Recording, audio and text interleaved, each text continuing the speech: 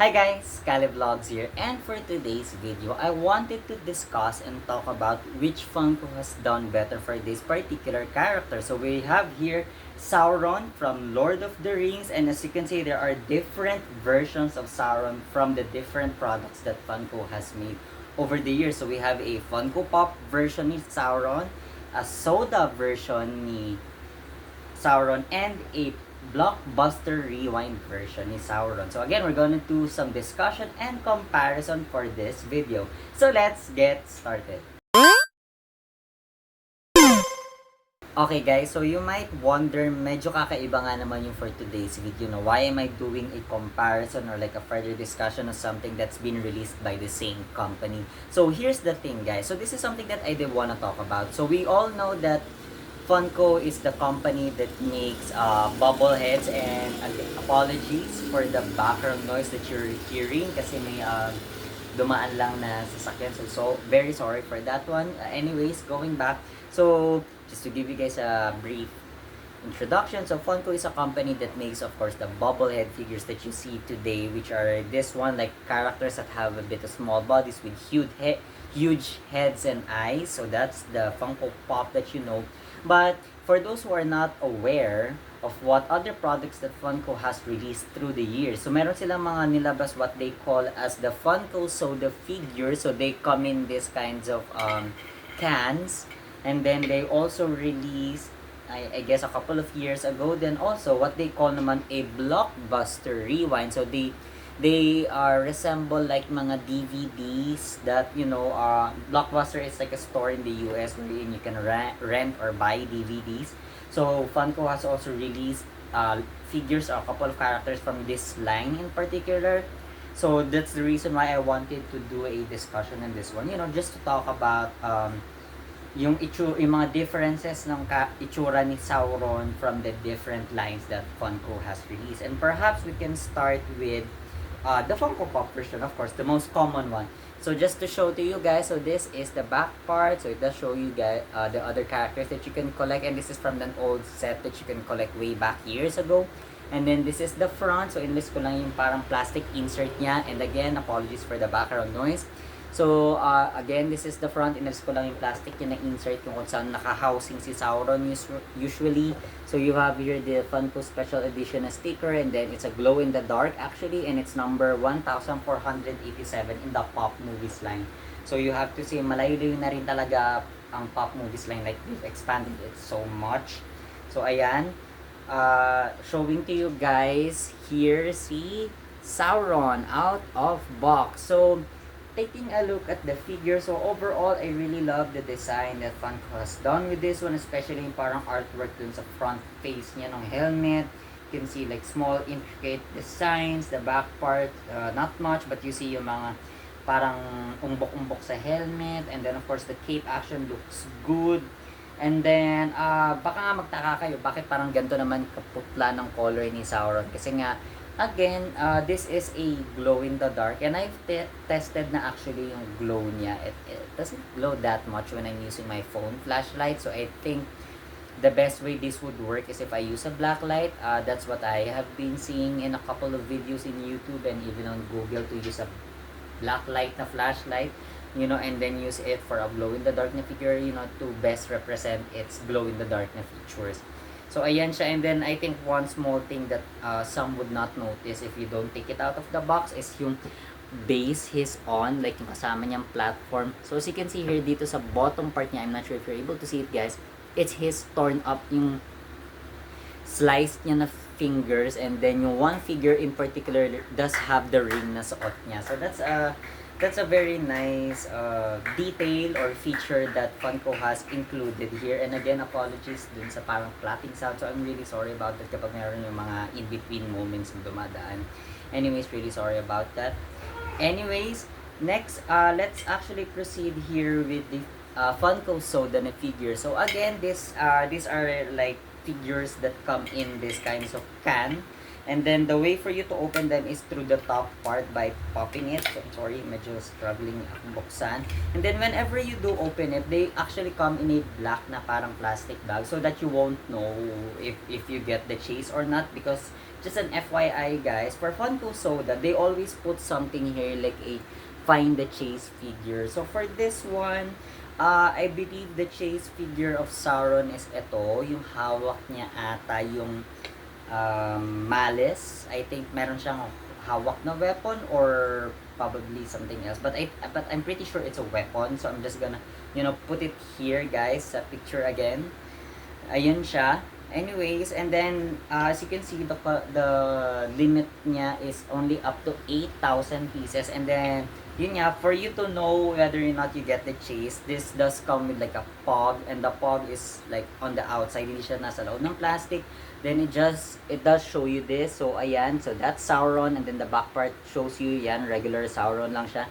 It's 1 out of 6,700 pieces. So the remaining number, which is I think 1,300, yun yung number of chases na nirelease nila for this character. So there is a 1 out of 1,300 chance na nakuha mo siya, but unfortunately I'm not one of those 1,300 na nakakuha. So ayan siya. And then I think yun nga, the feature for sodas is that they do come in a soda figure, soda can. So they are a bit smaller from Funko Pops, as you can see here, based on the height. And then overall naman, I do have to say, even for a smaller figure, Funko has still managed, to make this guy pretty detailed, I have to say. So taking a look at the figure itself, I love the design. Yes, his hands raised, and then of course he's wearing the ring. Then you see that intricate armor details and design. The back part doesn't show you because it's behind the cape or cloak, or rather a cape niya, better than a cloak, sorry.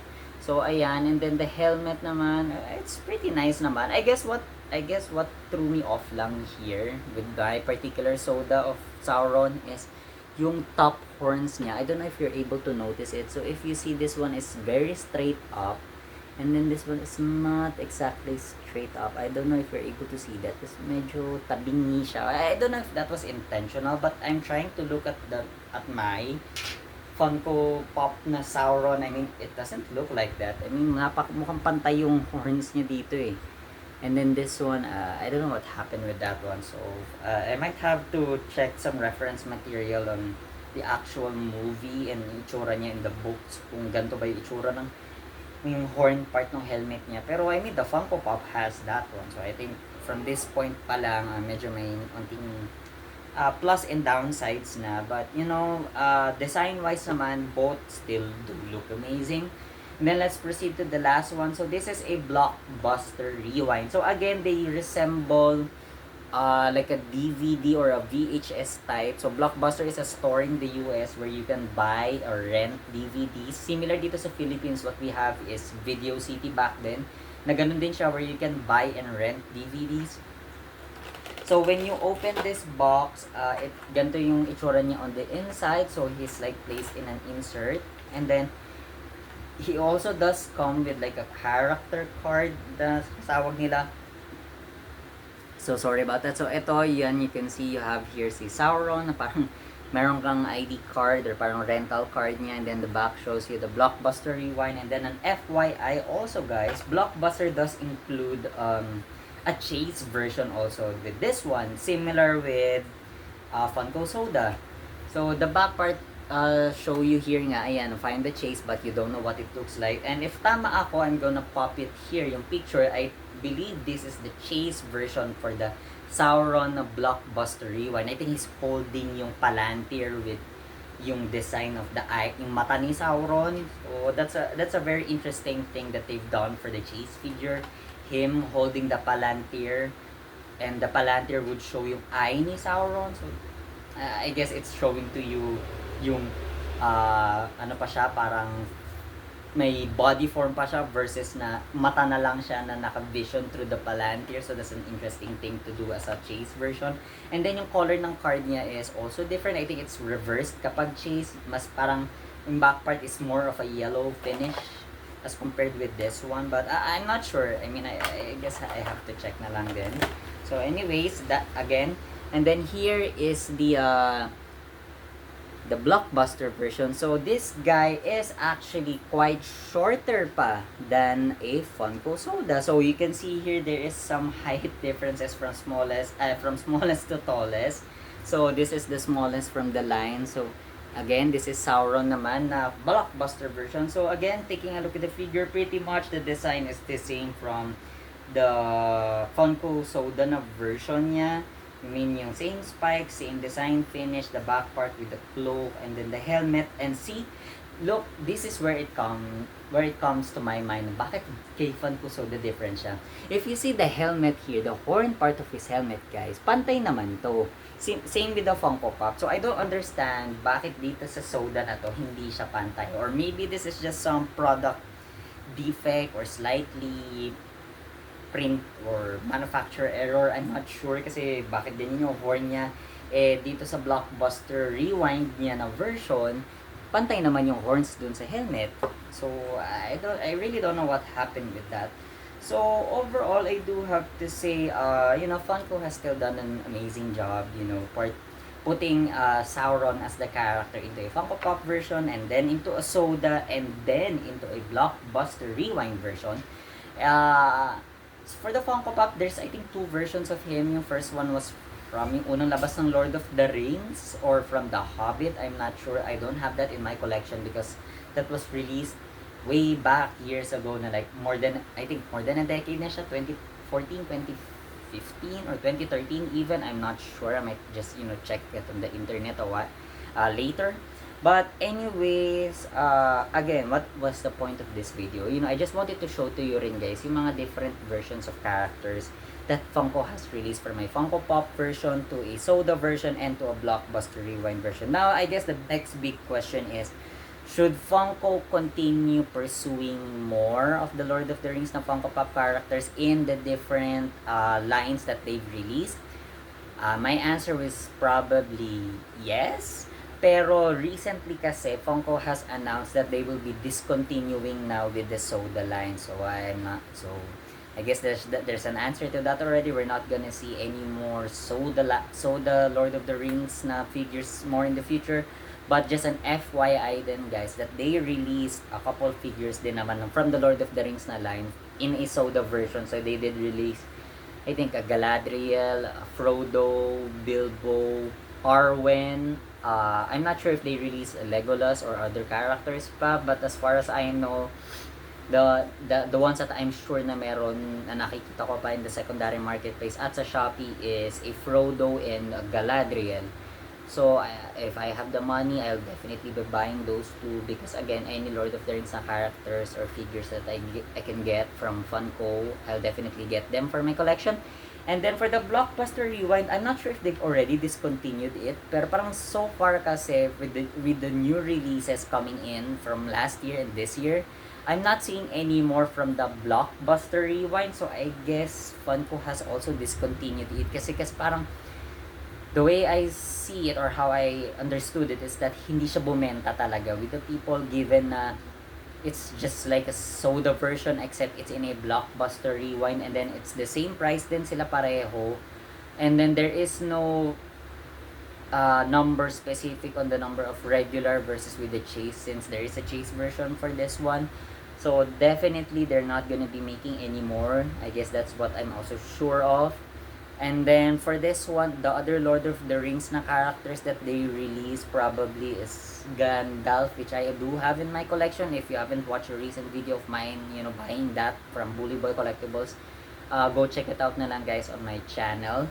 But anyways, that's it lang naman guys for today's video. I just really wanted to discuss and show to you guys other Funko products that Funko has released throughout the years in a particular character. So in this case, I gave you guys an example of a Funko Pop version ni Sauron, a Soda Figure version ni Sauron, and a Blockbuster Rewind version ni Sauron. And then again, the boxes or the packages that it comes with vary from one another. So Blockbuster Rewind, a Soda, and then of course yung pinaka-common, the box for a Funko Pop. So definitely out of the three, my personal preference, the best would still be the Funko Pop kasi this is their main line. But I do have to say, I like the Blockbuster Rewind version kasi it does look cute naman. I mean, he still looks menacing but somehow cute naman.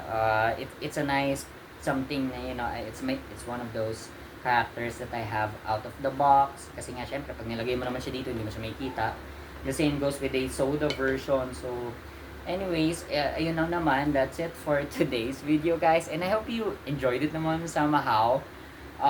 If you're not yet subscribed to the channel, please do so and turn on that notification bell para nga naman updated kayo sa mga uploads ko in the future. Like this video. If of course you like this video. And then comment down below, guys, if you want to see more videos of me discussing or like showing to you a different character naman with different versions niya. Like, siguro, there's one thing that I can think of is like si Aang from The Last Airbender. So, I do have a Funko Pop version of Aang. And then, I can probably buy the Blockbuster Rewind version ni Aang. And then, maghanap na lang ako somehow sa Shopee or sa FB Marketplace or sa buy trade and sell na group ng Funko for a soda version naman ni Aang. So, let me guys know in the comment section if you want another video like this in the future. Comment them down below. But that's it lang naman, guys, for this video. Thank you guys for watching and see you guys next time. Peace.